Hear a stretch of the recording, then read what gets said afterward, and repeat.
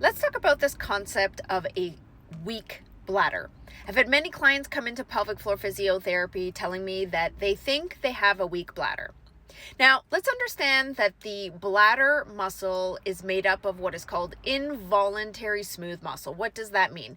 It means it's a muscle that is more governed by the subconscious part of your nervous system. It is not a muscle that we can consciously contract or squeeze. So when clients come in and ask about how can I strengthen my weak bladder, it's not quite accurate because we cannot strengthen the bladder directly, but we can strengthen the pelvic floor muscles around the bladder.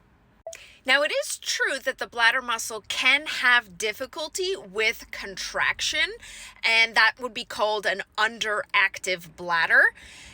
Sometimes this can occur if you're holding pee for extremely long periods of time. You can overstretch that muscle, which will make it more difficult when that muscle receives information to contract. It may be difficult for that muscle to contract effectively.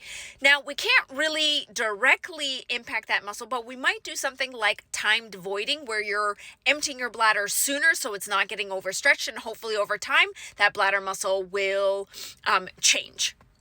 As a pelvic floor physiotherapist, I'm not able to assess whether or not your actual bladder muscle is underactive, but I can evaluate if your pelvic floor muscles are either overactive, underactive, and if your bladder symptoms are related to the muscle itself.